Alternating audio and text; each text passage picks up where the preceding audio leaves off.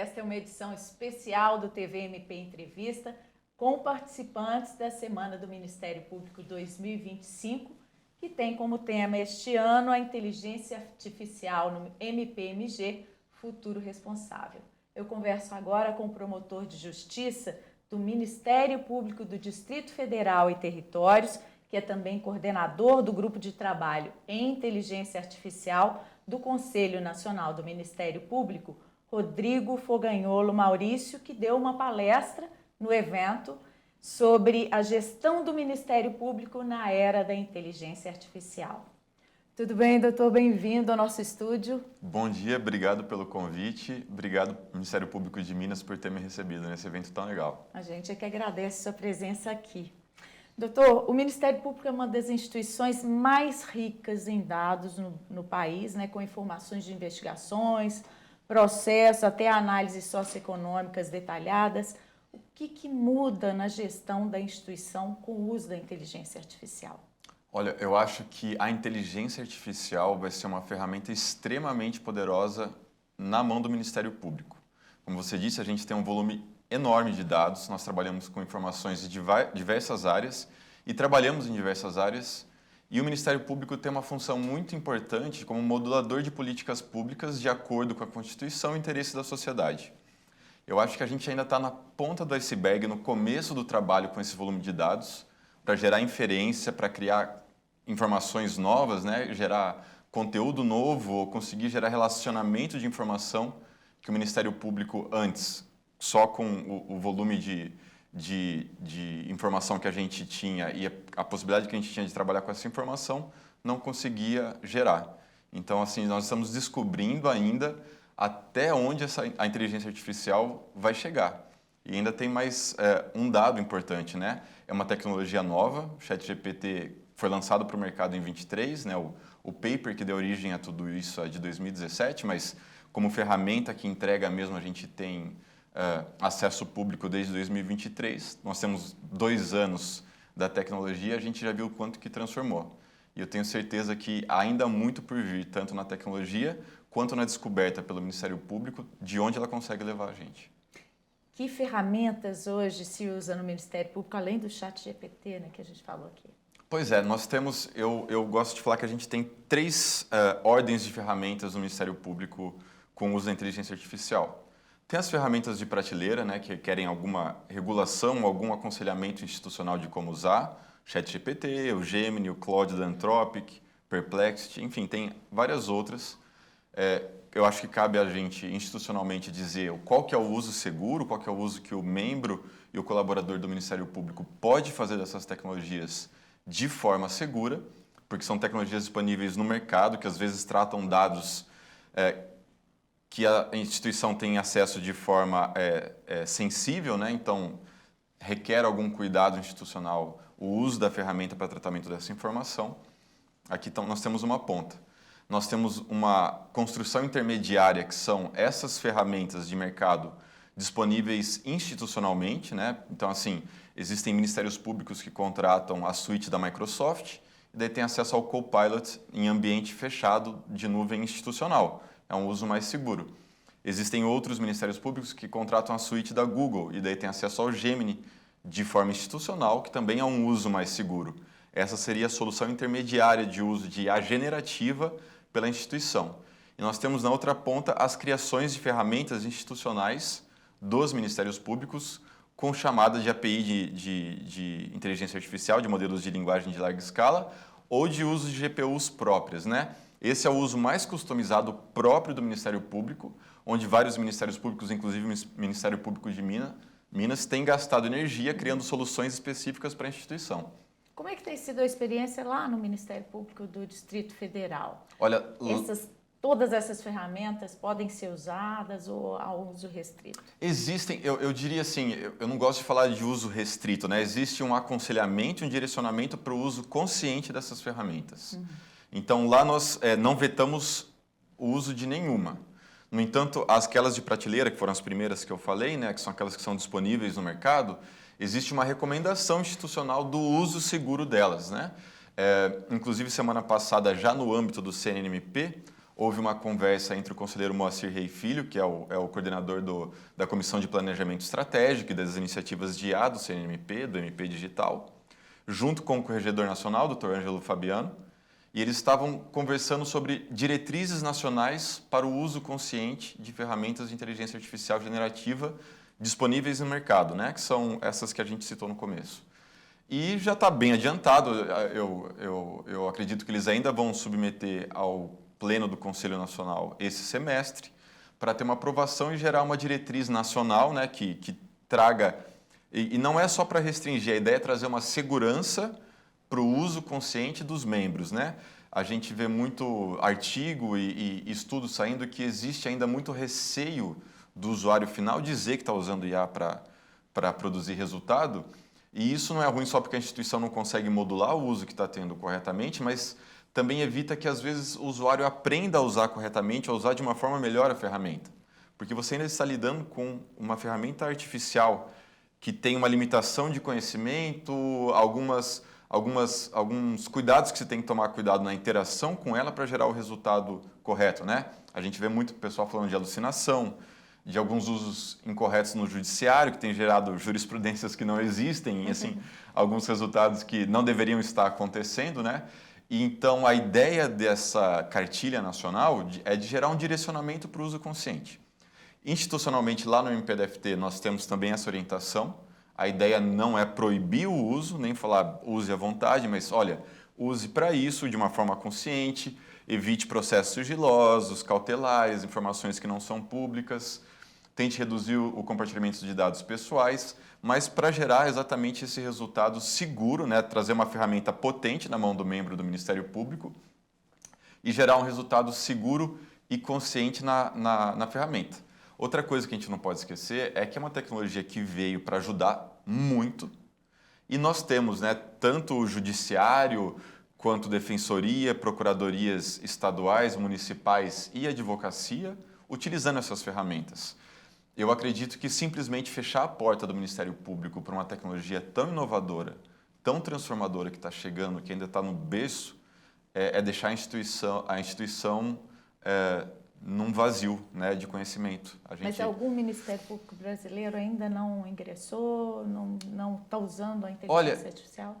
Eu não sei dizer exatamente um ou outro Ministério Público que não esteja usando, mas eu sei que o grau de adoção e a receptividade para essa tecnologia tem variado muito entre os ministérios públicos. A ideia, né, de trazer uma diretriz nacional, né, era justamente tentar deixar isso mais normalizado dentro dos ministérios públicos nacionais, né? Nós temos 30 ministérios públicos e a ideia do conselheiro Moacir, né, e do conselheiro Ângelo Fabiano, eu acredito que seja de normalizar isso. O CNJ já tem uma resolução. O CNJ, né, já tem uma resolução e fechada isso deles. É que tem balizado por enquanto. Isso tem servido... Olha, a ideia não é copiar a resolução do CNJ, fazer, né, uma específica para o Ministério. Eu acho que a ideia é mais trazer algo para a realidade do MP, do Ministério Público de uma forma geral, né? Eu acredito que tem algumas diferenças em relação à Justiça.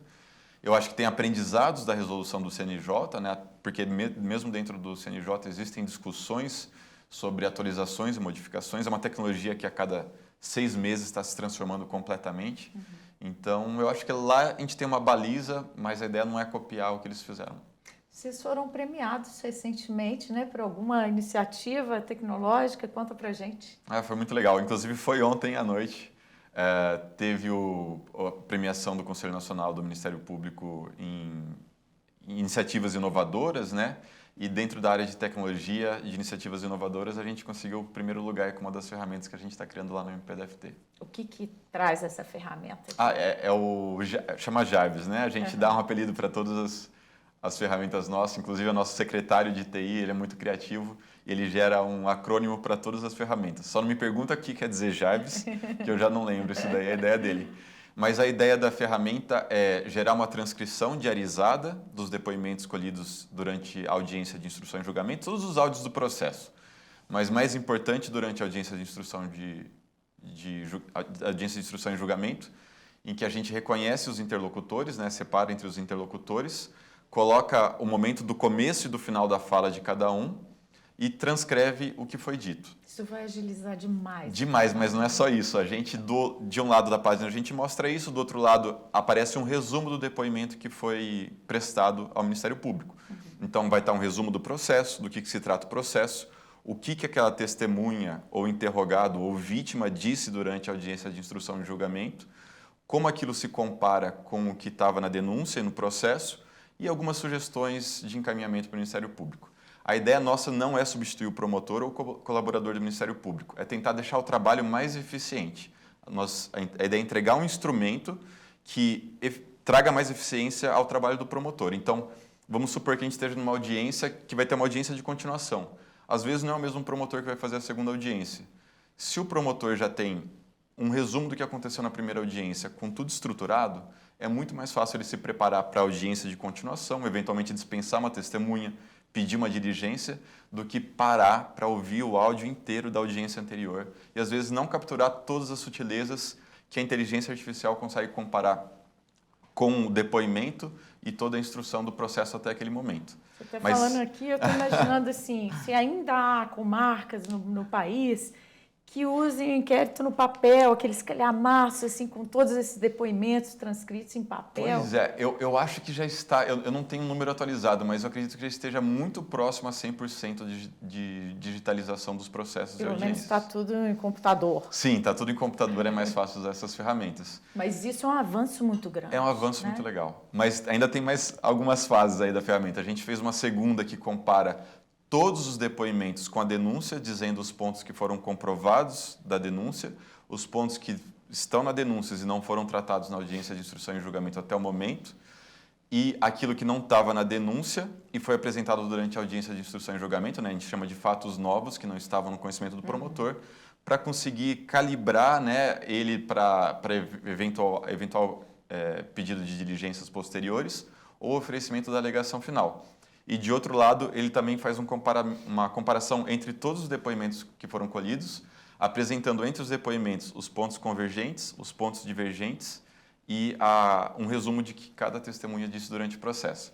E agora a gente colocou em produção, semana passada, uma terceira fase do projeto em que ele elabora um esboço de alegação final. Então, ele já anda uns 80% da alegação final, não substitui o promotor nem o colaborador, porque a ideia é que o toque final, né, as sutilezas e algumas informações ainda necessitam de um cuidado humano, mas ele já anda um pedaço bom do caminho, né? Ele faz um relatório, faz um esboço do caminho para uma eventual alegação final do promotor de justiça. Óbvio, né, o promotor primeiro dá orientação se ele quer a condenação ou absolvição em relação a cada um dos tipos que foram denunciados. Isso já está sendo usado? Já está sendo usado. Que potencialidades isso traz, né? Que resultados isso pode trazer? Olha, isso tem sido muito legal. A gente percebeu institucionalmente algumas coisas. Uma, a sobrecarga de trabalho caiu bastante. Eu recebi muitos feedbacks positivos de colegas e colaboradores do Ministério Público. Promotorias que antes estavam bem assoberbadas conseguiram reduzir bastante a carga de trabalho.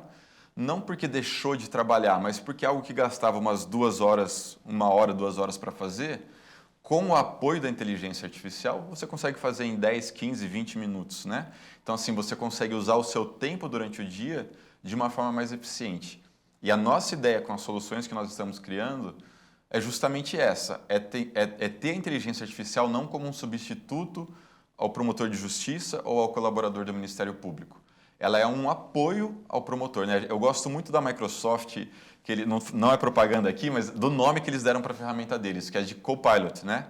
A ideia nossa é realmente que essa tecnologia e a inteligência artificial seja um copiloto ao membro ou ao colaborador do Ministério Público. Ela continuar sendo o piloto, vai continuar sendo fundamental. Exatamente. A decisão é sempre de um humano. A ideia é que a IA potencialize e acelere esse volume de trabalho que a gente tem e a tomada de decisão por um humano. Como é que a capacitação dos servidores e membros do Ministério Público do Distrito Federal tem sido feita? Olha, pergunta muito legal, porque isso às vezes é uma frente que acaba esquecida. A gente vê muitas vezes que se lançam ferramentas, né, ou se adotam tecnologias institucionais sem o devido apoio a quem vai estar na ponta utilizando essa ferramenta. Lá no âmbito do MPDFT, nós temos feito palestras institucionais. Inicialmente, né, era para lançar a tecnologia, então a gente fez alguns ciclos progressivos de palestras. O primeiro era para dizer, isso a gente começou em maio do ano passado, olha, chegou uma tecnologia nova aí, inteligência artificial. Olha o que ela é capaz de fazer. Então a gente apresentava historicamente o que era a IA, a evolução, quando que surgiu o conceito, como que ela funciona, como que ela pode apoiar empresas, né? E a gente traz para a realidade institucional do Ministério Público o que ela consegue gerar, o que ela consegue produzir. Então apresentamos a tecnologia e dissemos as iniciativas que nós estávamos pensando em fazer. Na época a gente ainda não tinha nada, né? Eram ideias no papel que a gente ainda tinha que criar. Então começou aí, de uma ideia, de apresentar a ferramenta, o que ela era capaz de fazer, sem ainda nenhum contorno, nenhuma ideia de uso prático. Isso foi construindo com o tempo. Nós fizemos um ciclo de palestras sobre isso lá na instituição. Inclusive foram 7 palestras, com de 100 a 150 convidados, né? E sempre lotou. Inclusive, quando a gente encerrou esse primeiro ciclo, eu recebi ligações do pessoal pedindo, pô, mas já acabou, eu não consegui, eu me inscrevi, não fui escolhido para ir em nenhuma. Daí a gente gravou um vídeo também, né, para quem quisesse assistir em casa depois. A ideia era trazer o pessoal para o MP para gerar um ambiente de troca de experiência mesmo. Mas como a gente viu que já estava ficando pesado repetir essa palestra, a gente criou um ensino à distância com essa primeira fase. E a TI dá um apoio para quem tiver dúvida? A TI dá um apoio fundamental, sim. Já nós capacitamos o pessoal de TI, de atendimento, para também dar um feedback e ajudar nessa parte quando tem dúvidas de usuário. A criação foi da TI? A criação foi essa ferramenta específica, sim. Nós estamos trabalhando tanto com criações próprias institucionais, montamos um grupo e capacitamos alguns colaboradores da TI para conseguirem desenvolver, né, nessa tecnologia nova, né, que é novo para todo mundo, mas nós também estamos conversando e fazendo parcerias, né? Uma das nossas ferramentas nós fizemos em parceria com o Serpro. Ainda está em teste, mas já a gente viu que a gente não teria braço para construir tudo sozinho. Então a ideia é tentar distribuir, né, institucionalmente e com parceiros de fora para criar soluções que alcancem a todos. Mas mesmo no treinamento, a gente, depois da primeira fase, desenvolveu para uma segunda, que agora sim, né, apresentamos a tecnologia, é capacitar os colaboradores e os membros para o uso dessa tecnologia. Então, a gente explica como é que funcionam as de prateleira, como é que funcionam as institucionais, como que o usuário acessa, os cuidados que deve se tomar, como é que se interage, né, como é que o usuário interage com a inteligência artificial para gerar os melhores resultados institucionais e para o trabalho dele na ponta, né? Sempre o promotor e o colaborador vai ser quem vai conseguir definir e modular melhor o uso da inteligência artificial para o trabalho dele diário. A gente não consegue prever todos os usos. A gente, às vezes, até acaba descobrindo que a gente faz uma ferramenta para uma coisa e o usuário acaba usando para outra coisa também, que ajuda, né, no dia a dia. Mas o uso dessa ferramenta é acessível para todos os membros, por exemplo? Tem promotores que são novos, que são mais adaptados ao uso da tecnologia, e os mais antigos nem tanto. Como é que está sendo balizado esse gap aí? Essa é uma pergunta muito legal também, porque é algo que a gente foi descobrindo na prática. Eu já imaginava que teria uma distribuição assim de uso, né? Pessoal que é mais, vamos dizer assim, mais receptivo, né, mais acostumado à tecnologia, e alguns que são mais resistentes.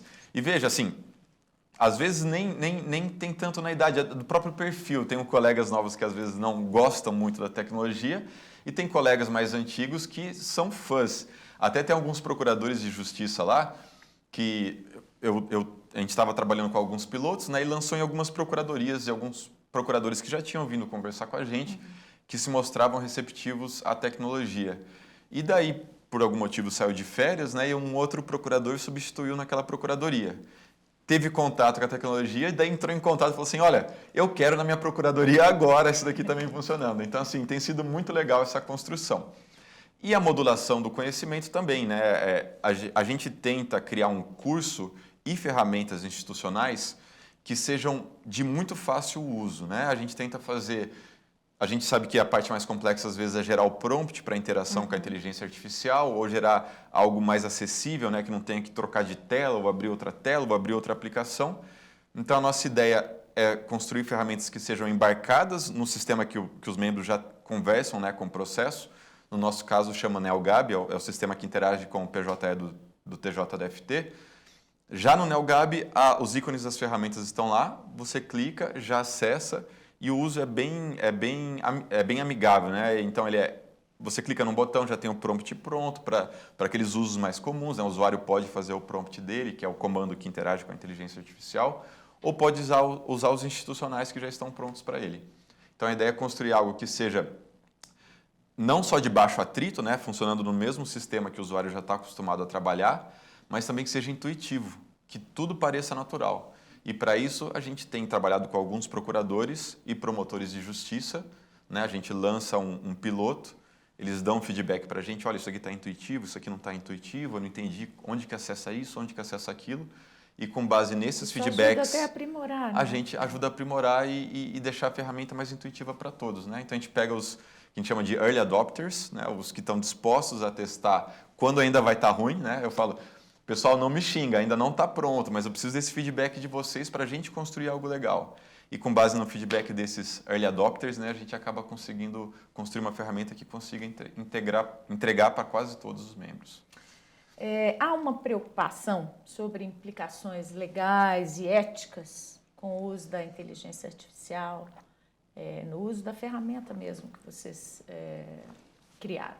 Sim, e eu acho que isso é importante, essa discussão, né? Eu acho que a gente tem que ter um cuidado. É uma tecnologia nova, que é nova para todo mundo, é nova até para os cientistas que desenvolveram. Eu lembro em 2023, começo de 2024, ainda se falava muito sobre interpretabilidade e explicabilidade do raciocínio da forma de decisão da inteligência artificial. E ainda é algo um pouco obscuro, né? A gente tem uma noção de como funciona, de como ela chega no output, né? No resultado dela, no que ela devolve para o usuário, mas ainda há uma camada de incerteza no funcionamento dela, que é importante a gente saber e modular isso na nossa matriz de decisão institucional do que vai usar, no que vai usar, no que não vai usar, no que é possível compartilhar, no que a gente tem que tomar mais cuidado. Essa preocupação, tanto ética quanto de segurança da informação institucional e proteção de dados, eu acho que tem que estar na matriz de decisão institucional e do membro na hora de usar. Então, assim, entra de novo na sua pergunta anterior, né, sobre como a gente ensina isso. Eu acho que a cartilha que deve sair pelo CNMP, né, do trabalho do Dr. Anjo e do Dr. Moacir, vai ajudar muito, mas também há um trabalho de conscientização institucional dentro de cada Ministério Público, de explicar daquilo que se sabe de uso seguro ou não seguro, tanto das ferramentas que são disponíveis no mercado, quanto aquelas que nós estamos criando institucionalmente. Mais do que o uso tecnológico, assim, de como, né, como fazer ali, o como fazer, né, é preciso que a pessoa que vai usar a inteligência artificial saiba comandar, como ensinar isso, como padronizar isso no Ministério Público. Perfeito. O ponto mais importante hoje da interação, principalmente nas ferramentas abertas, é o prompt, né? Que é traduzindo, é o comando. É como você disse, é o comando que a gente dá para a inteligência artificial. A gente fez um curso explicando só o que é o prompt e como usar o prompt de forma mais segura e de forma mais assertiva, né? Porque a qualidade do resultado varia muito com a qualidade do prompt que você entrega para a inteligência artificial. E assim, varia muito mesmo. Você pode ter um resultado super assertivo que vai funcionar para você, porque você deu um prompt bom para a inteligência artificial, e você pode ter um resultado absolutamente inútil, com a mesma base de informação, variando só o comando que você deu para a inteligência artificial. E a gente trabalha isso em duas frentes lá, né? Um, com a educação e instrução, que a gente comentou aqui, e outro, a gente criou um portal de prompts institucional. Isso foi muito legal. É um portal em que cada promotor, cada colaborador pode compartilhar o prompt que ele fez para interagir com a inteligência artificial. Então, ele dá um nome, um título, ele dá o prompt que ele usou, ele fala em qual inteligência artificial ele usou aquele prompt e para qual fim.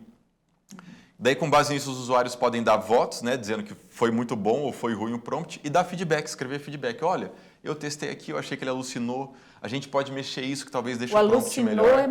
É mudar o contexto, a informação jurídica, digamos. A gente chama de alucinação da inteligência artificial. Isso é um paper da OpenAI recente sobre isso. Não vou entrar nesse detalhe, é mais técnico, mas a gente costuma chamar de alucinação quando a inteligência artificial, na ânsia de gerar uma resposta para o usuário, porque ela é treinada a gerar uma resposta, dificilmente ela diz que ela não sabe.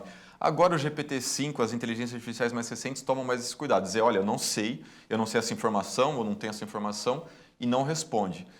Mas ainda muito da questão de que ela, pô, eu preciso responder para o usuário, eu não encontrei essa informação, não sei essa informação, eu vou gerar algo aqui para satisfazer o usuário. E é esse cuidado que a gente tem que tomar. E por isso que ainda a revisão humana é essencial, porque ela tem esse viés de tentar agradar o usuário. E por vezes, para agradar, gerar a resposta completa, ela acaba criando uma informação. Então, com a qualidade do prompt e essa educação institucional, a nossa ideia é apontar para o usuário, olha, aqui tem alucinação, ou faça isso para evitar a alucinação. Por enquanto, cada vez tem sido um problema menor. Controle ainda, ainda estamos no controle. Da inteligência artificial. E é saber Se Deus quiser, para sempre. Pois é. A gente não pode ficar obsoleto e deixar as máquinas comandarem. Eu acho que não vai ser o caso. Muito obrigada pela sua entrevista, pelo tempo que o senhor dedicou aqui à TVMP. Obrigado a vocês pelo Sucesso. Convite. Muito obrigado pelo convite e ao Ministério Público de Minas pela recepção tão calorosa. Obrigada. Obrigado. A você que está nos assistindo, confira as outras entrevistas especiais da Semana do Ministério Público 2025 aqui no nosso canal mpmg.oficial no YouTube. Acompanhe sempre as notícias do Ministério Público de Minas no nosso site e nas nossas redes sociais na internet. Eu volto em breve, até já.